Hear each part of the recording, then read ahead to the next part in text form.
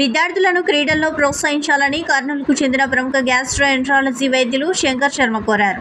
August 29న జాతీయ క్రీడా దినోత్సవాన్ని పురస్కరించుకొని అవుట్డోర్ స్టేడియంలో ఇంటర్ పాఠశాల విద్యార్థులకు కబడ్డీ పోటీలు నిర్వహించారు. ఈ పోటీలను డాక్టర్ శంకర్ శర్మ ప్రారంభించారు.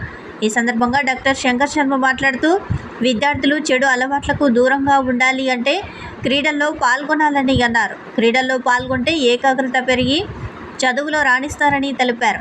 విద్యార్థులకు సెల్ ఫోన్కు దూరంగా ఉండాలని, సోషల్ మీడియా ప్రభావంతో యువత చెడు అలవాట్లకు బానిస అవుతున్నారని తెలిపారు.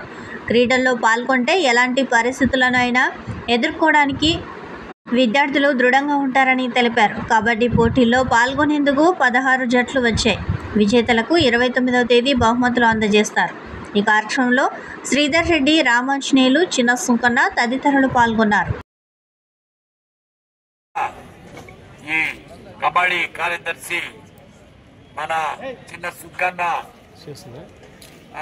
అలియాస్ చిన్న, సో ఆయన ఆర్గనైజ్ చేస్తున్నారు ఈ కార్యక్రమాలు.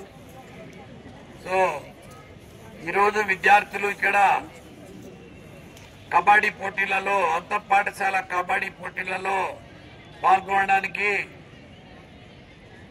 ఈ వ్యాయామ ఉపాధ్యాయులు పిలుచుకొచ్చిన వాళ్ళందరికీ కూడా నేను మరొకసారి కృతజ్ఞతలు, అభినందనలు తెలుస్తున్నాను.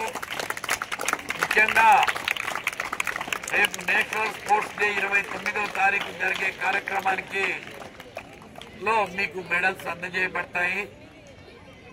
స్పోర్ట్స్ అండ్ గేమ్స్ ఎంకరేజ్ చేయాల్సిన ఆవశ్యకత మన దేశంలో ఇంతకు ముందు కన్నా ఇప్పుడు చాలా ఎక్కువైంది. ఎందుకంటే యువత చెడు అలవాట్లకు బానిసలుగా మారే అవకాశం ఉన్న ఈ సమాజంలో, ముఖ్యంగా సెల్ ఫోన్ వచ్చినాక ఆ రీల్స్ చేయడము, ఎప్పుడు యూట్యూబ్ లో చూసుకుంటుండడము, యూట్యూబ్ షార్ట్స్ ఏదో వచ్చింది దాంట్లో చూసుకుంటూ గంటల తరబడి పిల్లలు డిజిటల్ వరల్డ్ లోనే ఉండొచ్చు. కూడా అదొక మహాసముద్రం, మరో ప్రపంచం. ఎలక్ట్రానిక్స్, డిజిటల్ మీడియా, డిజిటల్ అనేది సోషల్ మీడియా, సెల్ ఫోన్ ఇలాంటివన్నీ. కానీ ఇటువంటి తరుణంలో కూడా ఒక మచ్చు తులకగా స్పోర్ట్స్ గేమ్స్ మిగిలి ఉన్నాయి.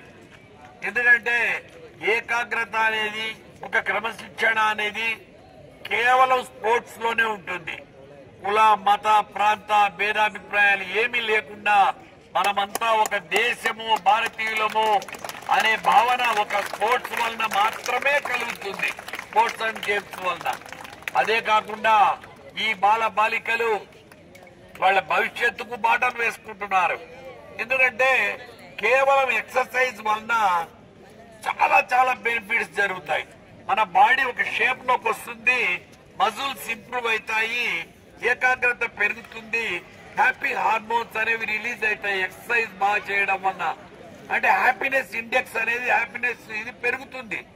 బికాస్ ఎప్పుడు కూడా మనిషి ఎన్నో మెదడులో చాలా ఆలోచనలు వస్తుంటాయి, కానీ ఆ మనిషికి ఒక రకమైన హ్యాపీనెస్ అనేది ఎప్పుడు కలుగుతుందంటే ఎప్పుడైతే వాళ్ళలో ఎక్సర్సైజ్ బాగా చేస్తారో ఆ ప్రజలు కూడా హ్యాపీగా ఉంటారు.